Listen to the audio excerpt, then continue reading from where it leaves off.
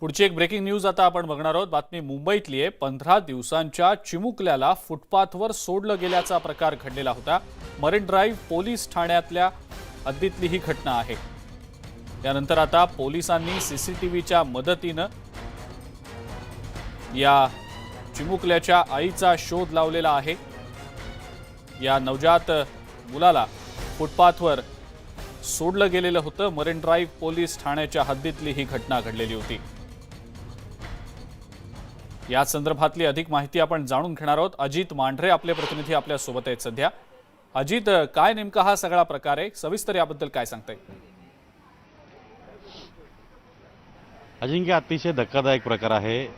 एक 22 वर्षाची आई आपल्या 15 वर्षाच्या मुलाला फुटपाथवर सोडून जाते आणि कारण काय तर तिचा नवरा तिच्यापेक्षा वयाने दुप्पट आहे। त्याचबरोबरीनं नवरा तिला पुढे शिकवेल की नाही, तिला पुढे शिक्षण मिळेल की नाही याचा राग तिने त्या मुलावर काढला आणि अगदी 15 दिवसांचं हे मूल आहे, ज्याला ही जी आई त्याची आई आहे तिचं नाव सरोज आहे। ती घेऊन त्याला मुंबईला आली। मुंबईमध्ये दादर रेल्वे स्थानकावर उतरल्यानंतर चर्चगेटच्या दिशेने गेली। चर्चगेटवरून मरीन लाईन्सवरून जे मरीन ड्राईव्ह परिसर आहे तिथल्या एका कोपऱ्यामध्ये या 15 दिवसांच्या मुलाला तिने फुटपाथवर सोडून दिला आणि निघून गेली। ज्यावेळेस मरीन ड्राईव्ह पोलिसांना ही माहिती मिळाली त्यावेळी तात्काळ एक महिला अधिकारी जे आहेत त्या ठिकाणी पोहोचल्या आणि त्यांनी त्या बाळाला आपल्या कुशीमध्ये घेतलं। बाळाला पोलीस स्टेशनमध्ये आणलं। तिथं समाज कल्याण विभाग जो असतो लहान बालकांकरता त्यांचे आदेश घेतले आणि त्या बाळाला त्याचं लालन पालन करण्याकरता त्याचे पुढील जे उपचार आहेत ते करण्याकरता त्याला पुढे हॉस्पिटलमध्ये आणि एका जे हॉस्पिटल आहे तिकडे पाठवलं गेलं। पोलिसांनी त्यांचं सगळे कर्तव्य पार पाडले, पण पुढे जाऊन सर्वात महत्त्वाचं आव्हान पोलिसांसमोर होतं ते म्हणजे या 15 दिवसांच्या बाळाच्या आईचा शोध लावणं। म्हणजे वाळवंटामध्ये सुई शोधण्यासारखा हा सगळा प्रकार होता आणि ही घटना होती।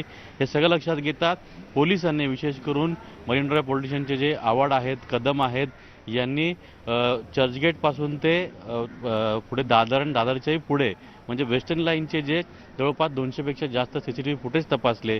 एका फुटेजमध्ये एक काळा ड्रेस घातलेली मुलगी जी आहे ती एका बाळाला घेऊन चाललेली आहे आणि त्याचबरोबरीनं तिच्या पुढे एक मुलगा चालतो आहे असं एक सीसीटीव्ही फुटेज त्यांना आढळलं, जे चर्चगेट रेल्वे स्थानकाच्या ब्रिजवरून मरीन लाईनच्या दिशेने उतरताना त्यांना सापडलं। त्याचा एक धागा घेत, कारण का त्या मुलीने त्या मुलाला जेव्हा पकडलं होतं तेव्हा जे कापडात गुंडाळलं होतं तेच कापड या मुलाच्या अंगावर सापडलं होतं, ज्याला पोलिसांनी फुटपाथून उचललं होतं। एवढा धागा पकडत पोलिसांनी चर्चगेटपासून ते दादरपासून ते पुढे बोरिवली, गोरेगाव असे वेगवेगळे फुटेज तपासले, पण नंतर त्यांच्या लक्षामध्ये आलं की दादर वेस्टर्न लाईनवरून उतरून दादर रेल्वे स्थानकावरून ही मुलगी म्हणजे त्याची आई आणि तिच्यासोबत तिचा भाऊ म्हणजे या मुलाचा मामा हे दोघेही सेंट्रल लाईनला गेले आणि सेंट्रल लाईनवरून खडवलीच्या दिशेने गेले आणि खडवली या रेल्वे स्थानकावर ते उतरले आणि तिथून ते पुढे गायब झाले। त्याच्याही पुढे मोठं आव्हान होतं की रेल्वे स्थानकाच्या बाहेर पडल्यानंतर सीसीटीव्ही फुटेज नव्हते, त्यामुळे यांना शोधायचं कसं हा मोठा प्रश्न पोलिसांसमोर होता। पण पोलिसांनी त्यांची जी पोलिसिंग असते ती पूर्ण कामाला लावली आणि वेगवेगळ्या माध्यमातून पोलिसांना विचारून, लोकांना विचारून, तिथल्या स्थानिक पोलिसांची मदत घेऊन वेगवेगळ्या पद्धतीनं ह्या जो बाळ आहे आणि जे फुटेज त्यांच्या हातामध्ये लागलं होतं त्याच्या आधारे आणि त्या मुलीच्या कपड्यांच्या आधारे ह्या मुलाच्या आईचा शोध घेतला आणि त्या दोघांना त्यांनी ताब्यात घेतलेला आहे। दोघांना अटक केलेली आहे। आता पुढे ही मुलाची आई जी आहे सरोज म्हणून आणि मुलाचा मामा जो आहे रामसेवक यादव म्हणून, विशेष करून आई या मुलाचा सांभाळ करेल की नाही आणि जर करायचं असेल तर ती योग्यरित्या करेल का, या सर्व गोष्टीची कायदेशीररित्या शहानिशा करूनच या मुलाला त्या आईच्या ताब्यात दिलं जाईल। कारण का जी आई आपल्या 15 दिवसांच्या मुलाला रस्त्यावर सोडू शकते आणि निघून जाऊ शकते, या निर्दयी आईला ही पुढे त्या मुलाचा सांभाळ नक्की करेल का फक्त स्वतःला कायद्यामधून सूट मिळावी किंवा शिक्षेतून सूट मिळावी म्हणून मुलाला घेऊन पुन्हा जाते आणि नंतर पुन्हा तोच प्रकार करते।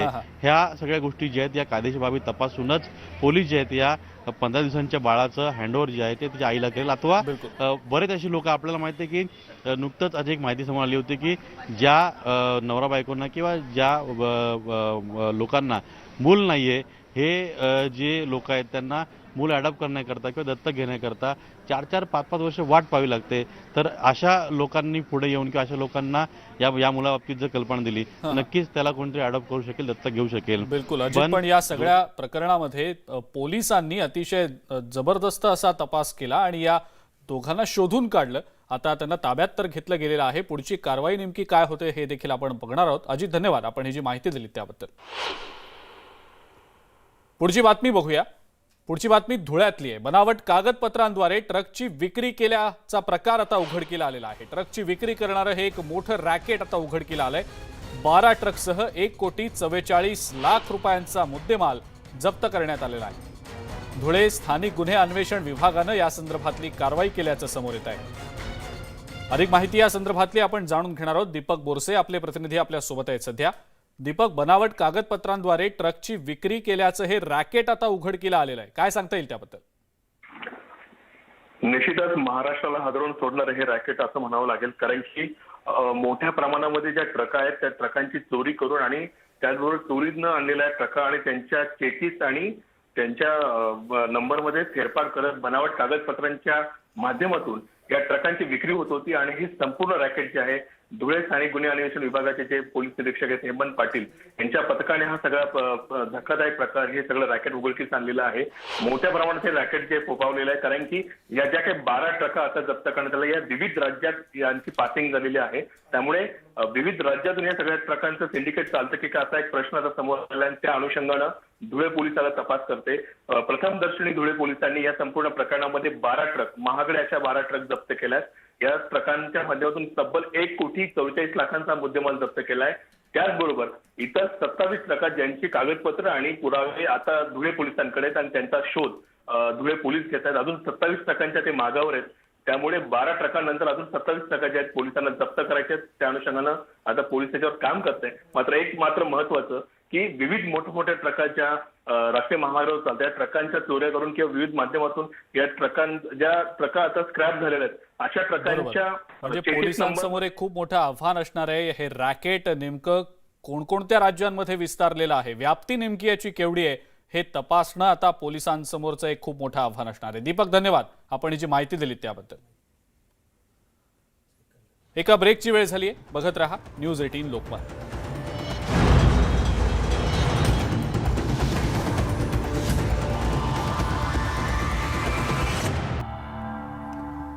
ब्रेकनंतर आपल्या सगळ्यांचं पुन्हा एकदा स्वागत. पुढची बातमी नाशिकमधली आहे. नाशिकमध्ये 2 गटात हाणामारी झाल्याचा प्रकार घडलाय. सोसायटीच्या निवडणुकीच्या वादातनं ही हाणामारी झालेली आहे.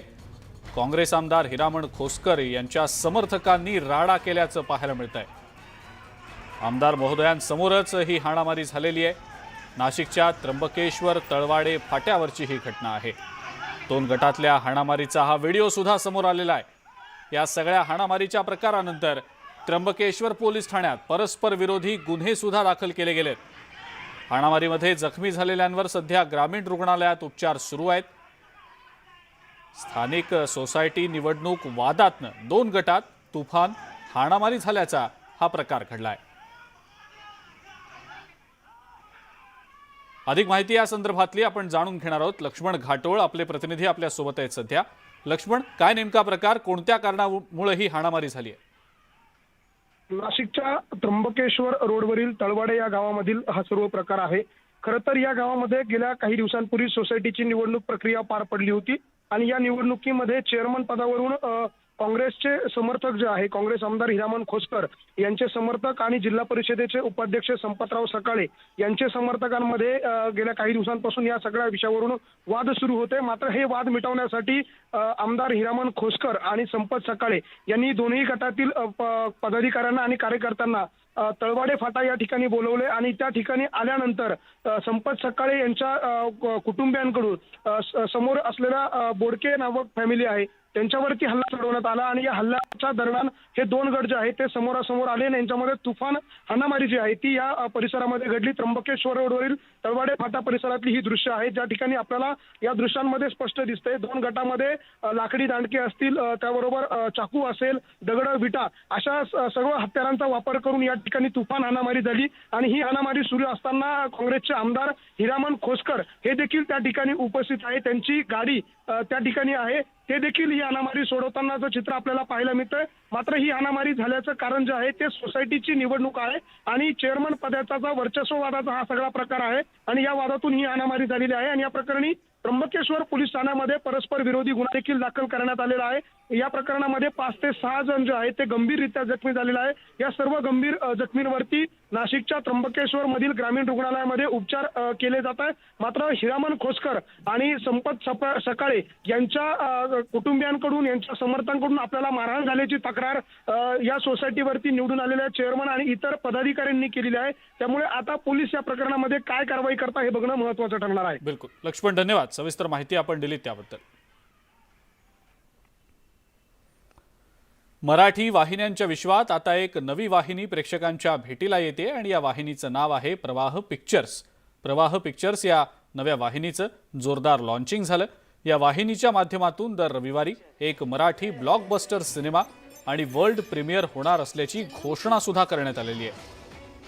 मराठी सिने इंडस्ट्री आपली कात टाकून जागतिक स्तरावर लोकप्रिय झालेल्या मराठी सिनेमा इंडस्ट्रीतल्या अनेक नामवंत आणि ग्लॅमरस कलाकारांच्या उपस्थितीत हा शानदार सोहळा पार पडला. तुला केबलवर गरगर फिरवलाय किंवा आता जे काही आम्ही भरपूर प्रमाणातलं रिसर्च एखाद्या गोष्टीच्या मागे, किमान मी स्टारमध्ये जॉईन झाल्यानंतर मी पाहतो की एखादी मालिका करायची असेल तेव्हा सुद्धा रसिक प्रेक्षकांना काय हवं आहे, ते काय मिस करतायत ह्याचा प्रचंड प्रमाणात अभ्यास केला जातो आमच्या CI टीमकडनं, आमच्या रिसर्च टीमकडनं. तो अभ्यास आमच्यापर्यंत पोचवला जातो, तो डिस्कस केला जातो आणि अजून एखादी वाहिनी, अजून एक मोठा प्लॅटफॉर्म जेणेकरून इतक्या संख्येत बनणारे मराठी चित्रपट रसिक प्रेक्षकांपर्यंत आपण पोचवू शकू. तुम्ही जे म्हणालात ते अगदी योग्य आहे. कारण का जेव्हा मी सुद्धा चित्रपट दिग्दर्शित करायचो तेव्हा मला असं वाटायचं की मग माझा चित्रपट लागणार कुठे. कारण का प्रत्येक वेळी माझा चित्रपट योग्य त्या वाहिनीवर लागणं हे माझ्या बियॉन्ड होतं. पण आम्ही असे सगळे चित्रपट घ्यायला तयार आहोत जे आमच्या पॉलिसीमध्ये बसतात. त्यामुळे 100% असे चित्रपट जे योग्य असतील आणि जे डिझर्विंग असतील, ज्यांना प्लॅटफॉर्मची गरज आहे, त्यांच्यासाठी प्रवाह पिक्चरचे दरवाजे कायम उघडे आहेत. या लॉन्चिंग सोहळ्यातली ही एक झलक पाहूया. ओ आले सिस्टर सिस्टर सिस्टर सिस्टर काय पाटील, गोळ्या जेवणानंतर घ्यायच्या आहेत. अहो प्रवाहावर आज चंद्रमुखी दाखवणार आहेत ना, लाव ना टीव्ही. हो हो थांबा लावते. द्या इकडे हळू. प्रवाह चंद्रमुखी. हो पाहुणं, प्रवाह म्हणजे प्रवाह पिक्चर, कळलं? चंद्रमुखी प्रवाह पिक्चर म्हणजे? मी सांगतो. आधी प्रवाह पिक्चर म्हणजे सुपरहिट मराठी चित्रपटांची नवी कोरी वाहिनी.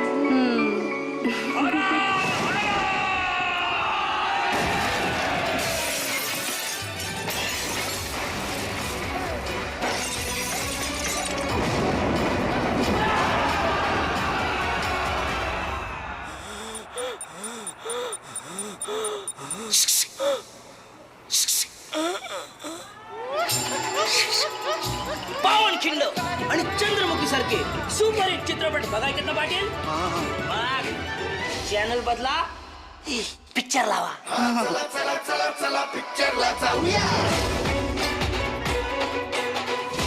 सुपरहिट मराठी चित्रपटांची नवी कोरी वाहिनी प्रवाह पिक्चर. चला की पिक्चरला जाऊया. चला. तुमच्या घरातील टीव्हीच्या पडद्यावर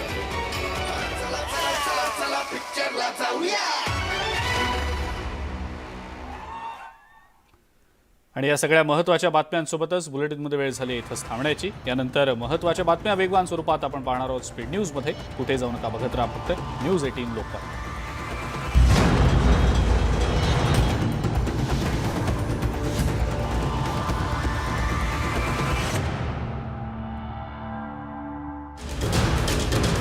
राज्यात ऊसाचा प्रश्न पेटला.